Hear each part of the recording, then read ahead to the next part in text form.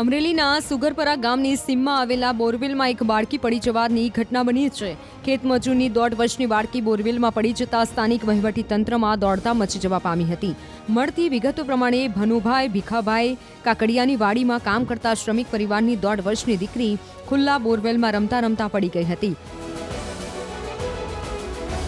બનાવ અંગેની જાણ થતાં અમરેલી ફાયરની ટીમ તથા 108ની ટીમ તાત્કાલિક અસરથી ઘટનાસ્થળે પહોંચી હતી અને યુદ્ધના ધોરણે બચાવ કામગીરી હાથ ધરવામાં આવી હતી.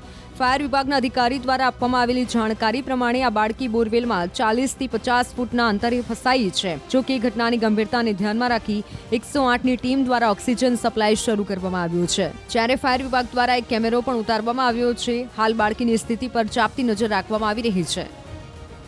અમરેલી તાલુકાના સુરગપરા ગામની સીમમાં એક ખુલ્લા બોરમાં 1.5 વર્ષની બાળકી પડી જવાની ઘટના સામે આવી છે.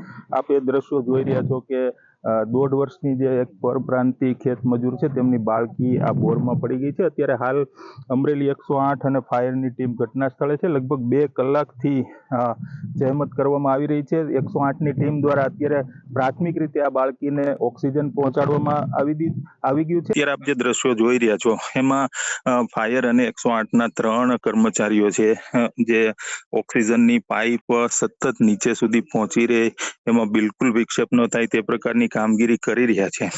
તડકો પણ ખૂબ છે પરંતુ 108 અને ફાયરના અધિકારી કર્મચારીઓ ખડે પગે છે. મામલતદાર સહિતની ટીમ પણ અહીં હવે પહોંચી રહી છે અને અગાઉ જણાવ્યું એ પ્રમાણે અત્યારે હાલ પ્રાથમિકતા બાળકીને અંદર ઓક્સિજન મળે તે મુજબની થઈ રહી છે.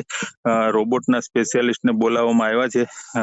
પોલીસની એક ટીમ પણ અહીં બોલાવવામાં આવી છે કારણ કે ધીમે ધીમે લોકોનો જમાવડો પણ અહીં થઈ રહ્યો છે અને બાળકી જીવિત હોવાનું પણ સામે આવી રહ્યું છે. ફાયરની ટીમ દ્વારા એક કેમેરો પણ ઉતારવામાં આવ્યો છે. આપણી સાથે ફાયરના અધિકારી છે. સર, અત્યારે શું પ્રોસેસ ચાલી રહી છે? જય હિન્દ. અમને જ્યારે ફાયર એન્ડ ઇમરજન્સી સર્વિસ અમરેલીથી 12:40 કલાકે અમને ટેલિફોનિક સૂચના આપવામાં આવેલી છે કે લાઠી તાલુકાના ઝરખિયાથી 2 કિલોમીટર આગળ સુરગપુરા ગામમાં કોઈ બોરવેલમાં એક નાની બાળકી પડવાની ઘટના બનેલ છે. તેનું અનુસંધાને ફાયર એન્ડ ઇમરજન્સી સર્વિસ અમરેલીની ટીમ તથા 2 ઇમરજન્સી રિસ્પોન્સ ટીમના વ્હીકલ સાથે સંપૂર્ણ સાધનો સાથે ઘટના સ્થળ પર પહોંચ્યા છે અને હવે ઘટના સ્થળ પર પહોંચીને અમે તુરંત તમારા કેમેરાથી જ્યારે અંદરની બાળકીની ગતિવિધિની ઉપર સંપૂર્ણ અમારી દેખરેખ છે છતાં એને ઓક્સિજન પહોંચાડવામાં આવેલ છે. સર, અત્યારે બાળકી કેટલે ઊંડે છે અને જીવિત છે? અત્યારે શું દેખાઈ રહ્યું છે? હા, પ્રાથમિક માહિતી અમને જે આ ગાડીના માલિક દ્વારા મળવામાં આવેલ કે 300 ફૂટ નીચે બોરવેલ આવેલ છે.